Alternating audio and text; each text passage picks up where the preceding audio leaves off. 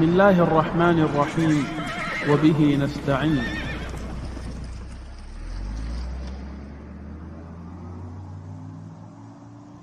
الحمد لله والصلاة والسلام على رسول الله.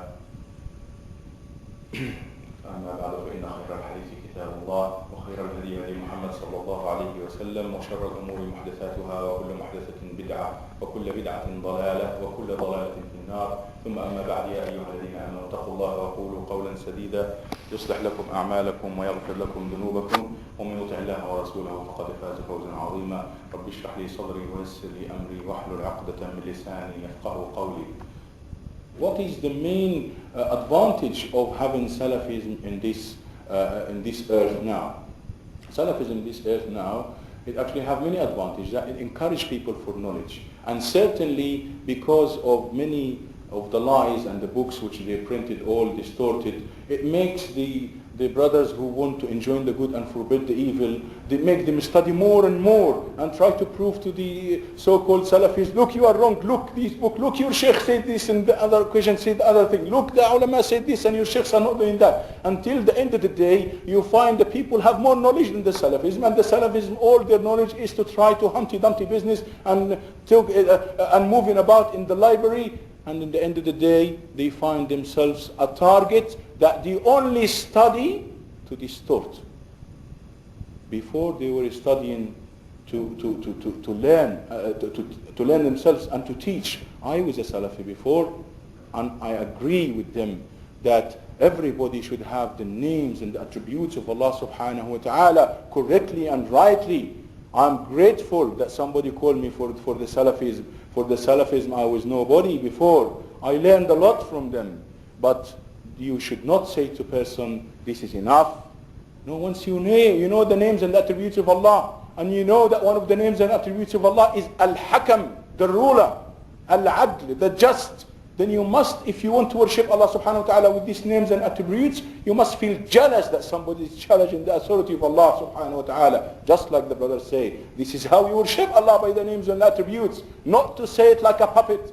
You say Allah is Al-Hakam, but Fahd is another one. Allah is Al-Adl, but Mubarak is another one. No. Allahu yahkumu la mu'aqqiba li hukmihi wa huwa sari'ul hisab. A true believer, when the truth hits his heart, he feels that he left the religion to pass and he did not protect it. He can see that he's been an element of laziness and he has left the protection of Islam, either him and his father, and he realized he must have a responsibility, and to love Allah more than anybody else is to feel jealous about the religion of Allah and is to sacrifice about the religion of Allah. And no way. The brothers, the Salafi brothers, alhamdulillah, some of them, when somebody identifies somebody as a bid'ah person, say, look, he's a Khawarij, mashallah, they look at him like this, and they don't talk to him, and they look at him, and they want to kill him. That's good. If you apply it right, it's good. But that should be for your tyrants more. That should be for the people who are distorting the religion more. You are doing the opposite thing. It's good that you practice al-wala wal-bara. But most important is you practice it correctly. Otherwise you are a tool in the shaitan's hand. And what is the disadvantage now of the Salafism? As we say, it becomes the arrogancy. You show him the evidence, he doesn't want to know. Who are you to give me evidence? Allahu Akbar. What did you learn? Allahu Akbar. Where's your shaykhs? Allahu Akbar. This was not the way of Ahlul Sunnah wal Jama'ah. When the shaitan came to Abu Hurairah and he told him about Ayat al-Kursi, Rasulullah sallallahu alaihi wasallam, he said, he told you the truth even though he's a liar. So he did not tell him, don't learn from the shaitan. So the Sahaba were learning from Jibreel, were learning from Rasulullah, were learning even from the shaitan. If the shaitan say the truth. This is why Allah subhanahu wa ta'ala said, فَبَشِّرْ عِبَادِ الَّذِينَ يَسْتَمِعُونَ الْقَوْلَ فَيَتَّبِعُونَ أَحْسَنَهُ. I give glad tidings to my people who, once they listen to the say, they follow the best of it. The Salaf never used to say, Allah subhanahu wa ta'ala in the Quran, in the Sunnah, never used to say, bring your shaykhs if you are truthful. Bring your evidence if you are truthful. All over the Quran, never say bring your shaykhs. Bring your evidence if you are truthful. I've heard with my own ears somebody in his tape saying to the people, you must ask where you take your knowledge from. Because the Sahaba asked, Rasulullah asked Abu Umar ibn al-Khattab, he said, you know who was teaching you? He was Jibreel. He said, you must ask who is teaching you. Because Rasulullah, he said to the Sahaba, ask. Rasulullah, he did not say to the Sahaba, ask. After the knowledge was accepted and established in their heads and their hearts, he just told them he was Jibreel. To tell them that Jibreel will come to teach you, because the privilege of getting ajr about teaching is something very good somebody must do. And he also did not say to Abu Hurairah, don't learn from the shaitan if he tells you something. The truth, when the truth comes. When the Queen of Sheba said that when the king, إِنَّ الْمُلُوكَ إِذَا دَخَلُوا قَرْيَةً أَفْسَدُوهَا وَجَعَلُوا أَعِزَّةَ أَهْلِهَا أَذِلَّةً. Allah subhanahu wa ta'ala answered in the Quran, وَكَذَلِكَ يَفْعَلُونَ. And likewise they do. She said, when the kings enter a city, they destroy it. And they make the most graded people to it, the most ascended people to it, they make them the most humiliated of it. Allah agreed. He said, yes, they do that. They do so.